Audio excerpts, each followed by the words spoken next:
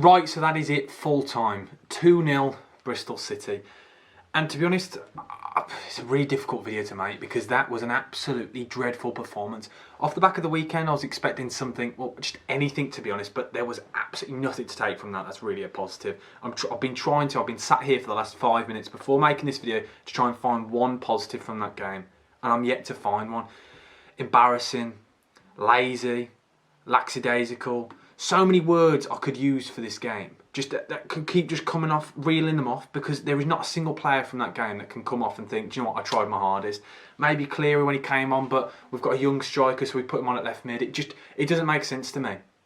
Before we get into it, guys, please do smash the like button and do subscribe. But an embarrassing performance that was today, because Bristol City, let's be honest, offered absolutely nothing. Between the two sides, it might be one of the most dull games I've ever watched.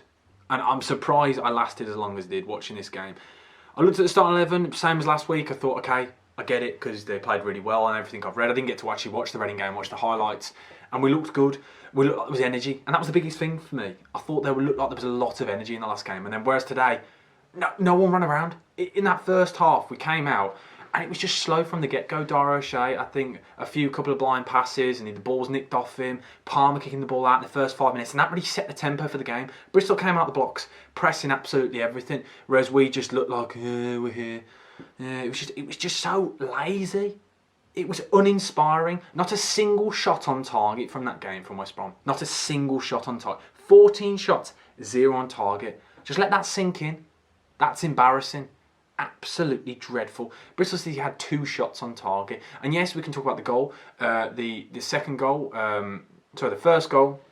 The ball comes over and I called it instantly. I saw De Silva at the back post for it and I kept calling it. It all came from Phillips forgetting that he's a right back and cutting into the middle, and then losing the ball in the middle and then not going back into right back. And that's what happens when you play wingers at right back and players out of position. I just don't get it. I really don't get it.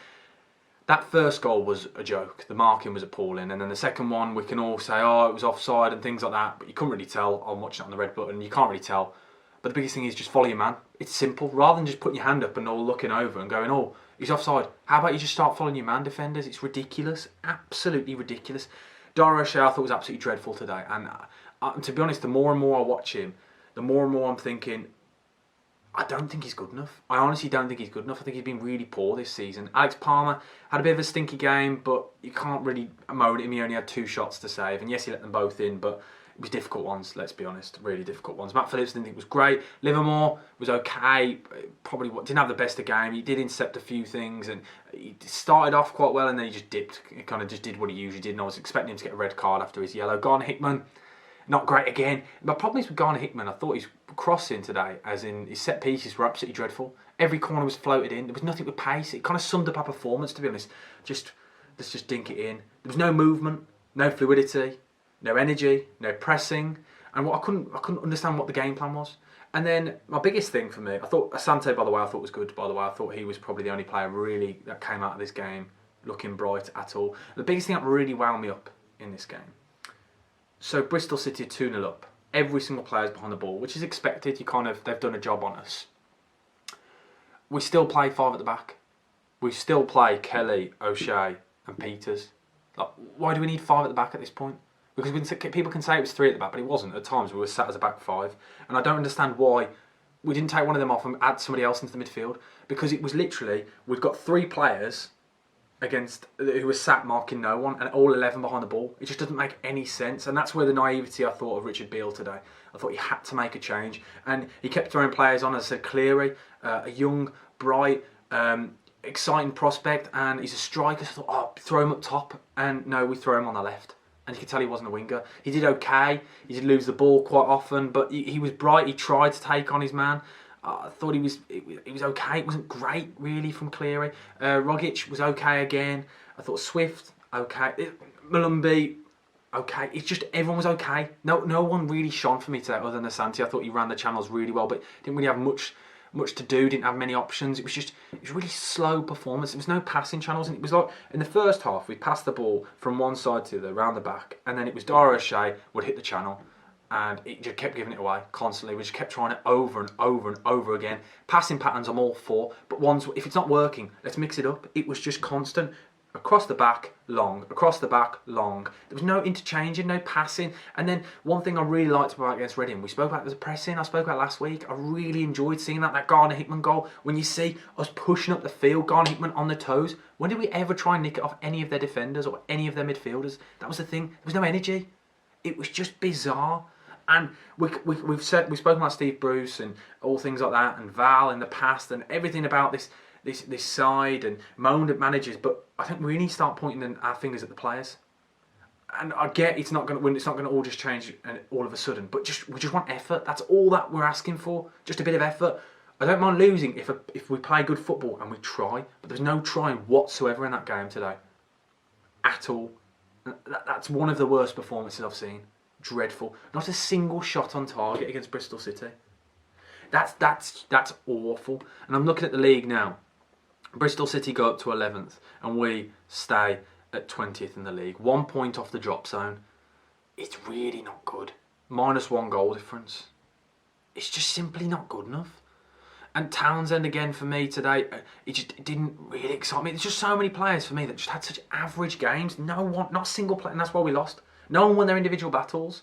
And let's be honest, you look at the Bristol City side, they did a number. Fair play to them, I haven't been able to really praise them. I thought Naki Wells played well. I thought Williams, James, Scott, Sykes, I thought they all had a good game. I thought the keeper didn't really have to, well, their keeper didn't have to make a save. So I can't really say he had a good game. He wasted time well, so fair play to them because I thought they were good. They've done a number on us today. They've sat in deep, they've been effective and efficient, and that's one thing I can never say about the Albion, effective or efficient. That is the problem with us at the moment.